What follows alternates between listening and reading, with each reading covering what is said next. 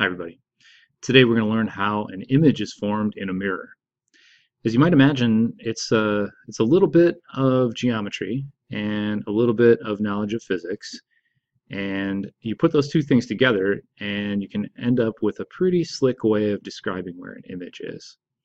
The main goal that you have to remember is that the image is always formed where the reflected rays converge. I'm going to say that again because it's important. The image is always formed where the reflected rays converge. And so I've got three different shapes of mirrors, and I'm going to show you how they reflect rays of light, and then where those images come about because of the reflections, the convergence of the reflected rays. So we're going to take a look at it here, and we're going to start off with the simplest case. The simplest case is a flat mirror like the one you see on the screen right here. It's the one you probably use every morning when you get ready for school. It's pretty straightforward, and it's the one you've already practiced in class a little bit. So let's take a look at it here. So the first thing you have to know is that we have this object. I'm going to have to try to change my pen color here. There we go, perfect. So we have this object, which is right here. And it forms, later on, an image, which is right here. And so the object in the image, remember the object is the thing that you're looking at in the mirror. The image is how it appears in the mirror. Now, this is the mirror right here, this black flat line right here. So you can imagine that this is the real world on this side, and this is the virtual world on the other side. If you've ever read any Alice in Wonderland or Through the Looking Glass, Lewis Carroll, the author of that book, or those two books, talks a lot about the world behind the mirror and how different things would be if you could climb into the world behind a mirror. That's the virtual space we're talking about. It doesn't exist in the real world. If you look at yourself in a mirror, it's like you're looking into this world that somehow lives in the wall that the mirror is hanging on. And that can't be right. So you have to kind of let your imagination kind of run wild with it a little bit if you can. Anyway, so we're going to go ahead and take a look at how this is formed. Now, so for the object, I'm going to try to take a look at one point. And so the point that I picked is this point right there, which is right at the tip of the flame. And so I want to figure out where the tip of the flame is in the image. And that's the one point that I'm going to pick. Now I could pick multiple points, but then I would have to do this for each of those points. And as you know, I'm kind of lazy. So this will give me a hint as to where the image is actually formed. Okay. Now the law that you have to remember to be able to do this is the law of reflection. Oops. Sorry, guys.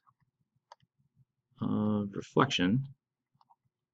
And that law of reflection says that the angle of incidence is equal to the angle of reflection. So the angle of incidence equals the angle of reflection. Easy, right? The only thing you have to remember is the angle is formed with the normal from the mirror. So perpendicular, the line that's perpendicular to the mirror is the thing that you're measuring the angle from. So we have a light ray here. It's coming in like so, strikes the mirror right there, and then it's going to bounce off. Now you can already imagine that it's going to bounce off in this direction somehow. But what angle is it going to have? Well, I've already measured this angle here. And so the question is, on this side, can I draw a similar light ray with that same angle? And so I'm going to go ahead and try to do that. So it looks like that.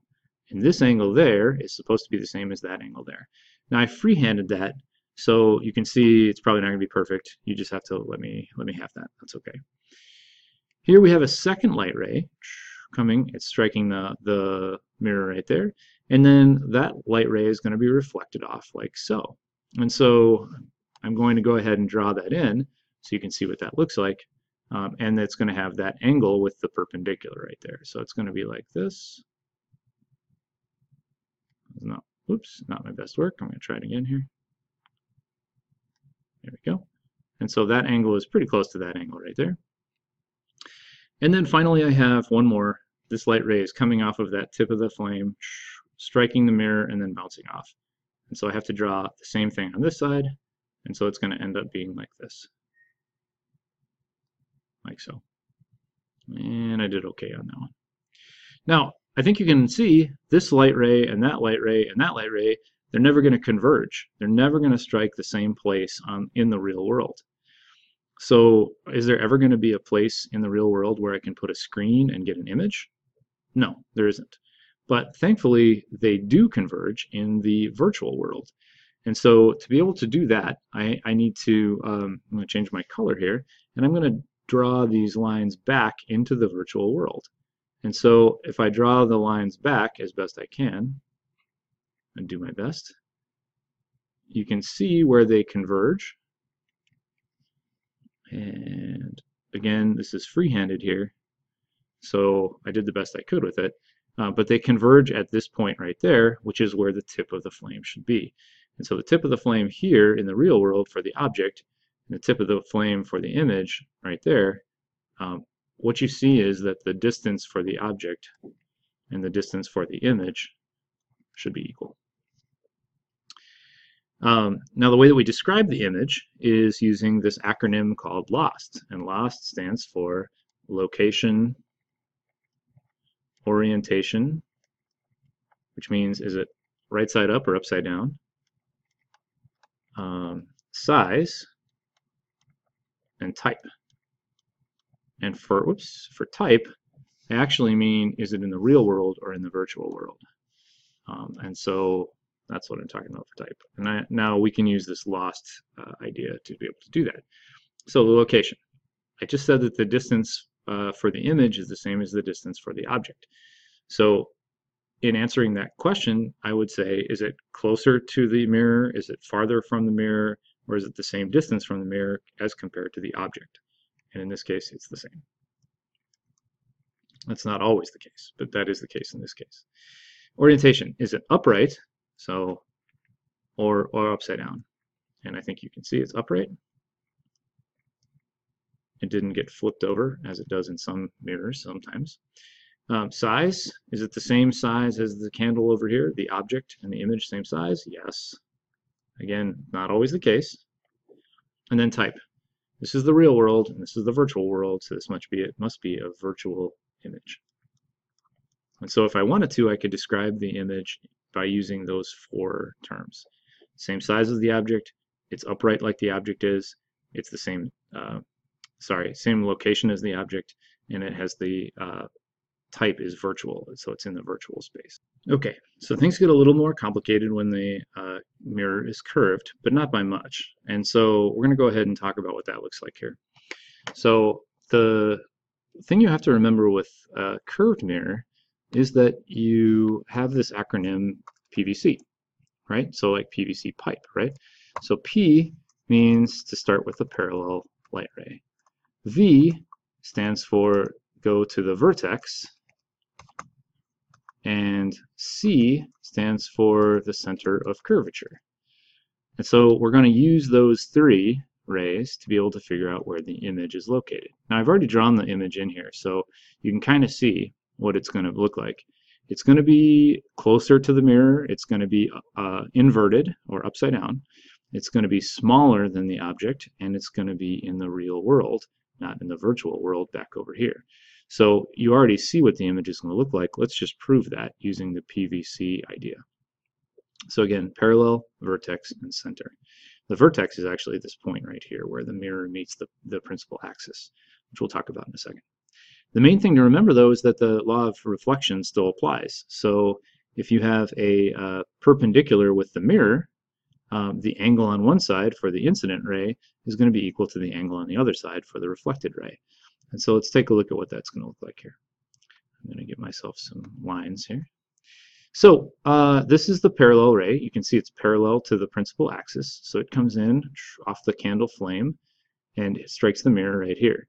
Now the mirror is a circle, is part of a circle, and so the line that goes from the part of the circle to the center of curvature is perpendicular to the surface right there.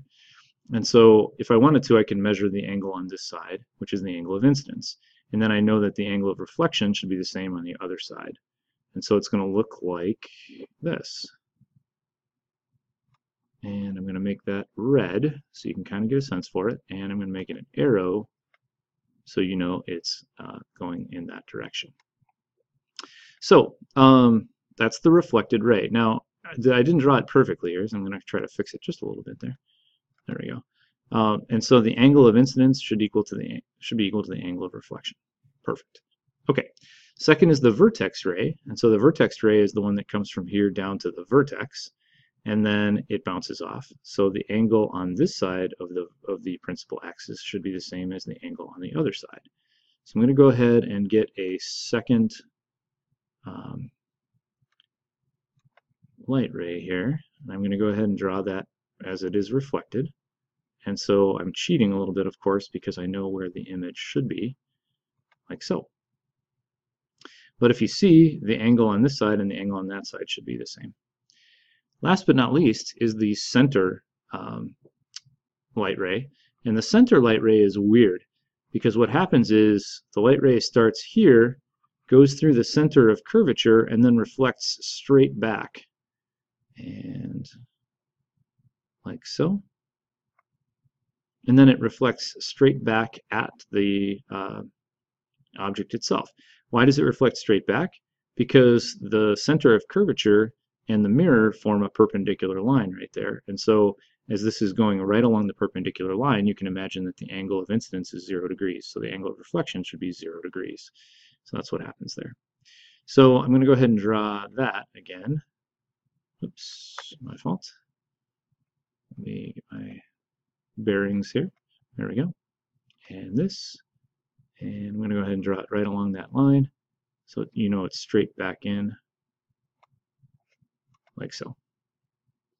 So what you see then is that all three of the reflected rays meet at one particular point. Now all three of the rays started at the flame for the candle over here, so that's where the flame for the candle for the image should be.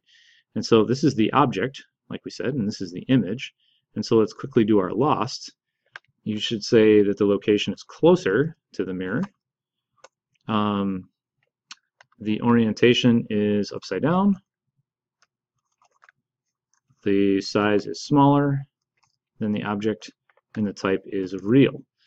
For the type to be virtual, it would have to be in the space back here, and that's not the case.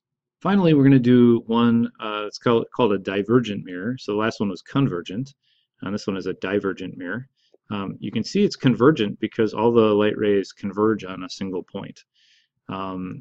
Here, the light rays in the real world are not going to converge on a single point. They're going to be reflected out, and so it diverges all the light rays.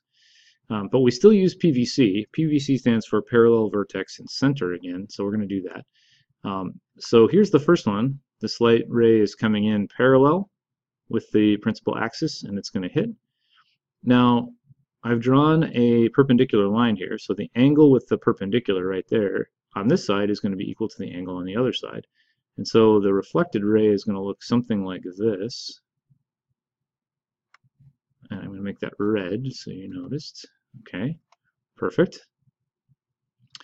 Next, I have the vertex ray. And so the vertex ray is this one. So it starts from the light and then comes down to the vertex. And then I'm going to go ahead and draw the reflected ray right here. And it looks like this. If I can get that, perfect. Like so.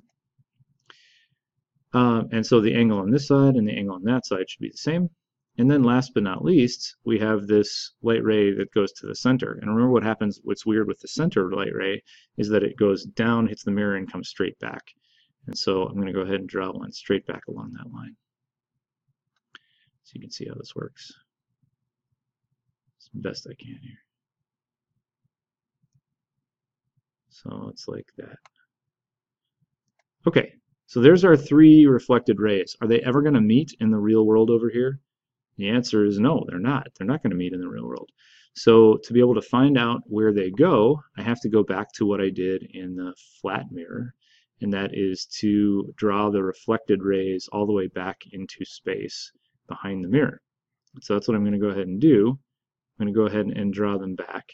And so I'm going to do my best here. This one looks like this. Draw them red again. Okay, This one looks like this. And I don't know if you've ever had problems with Google using the handles to lock things in place, but I have. I hate that. And then the last one is this. So the reflected ray is drawn back into space like so. Oops, I'm going to turn off that. There we go. And so what you find is the reflected rays in virtual space all do converge on one point. And that one point is where the flame is for the image in the virtual world. And so again, here's the object, here's the image. And so as we're looking, if this object is you, you're looking into the mirror, you can actually see yourself in the mirror or a version of you in the mirror. That's the virtual Jeff in my case, for example. So what's the location? The location is, well, it's closer to the mirror. In real physics classes at the college level, you'd end up actually doing the math calculations or doing the measurements to try to figure out how much closer, but we're not too worried about it. Orientation is upright.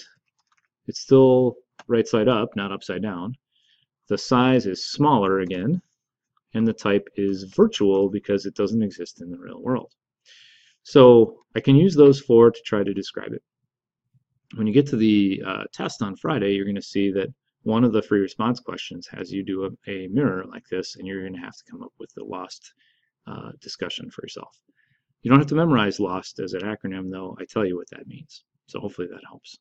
If you have any questions, let me know. Thanks.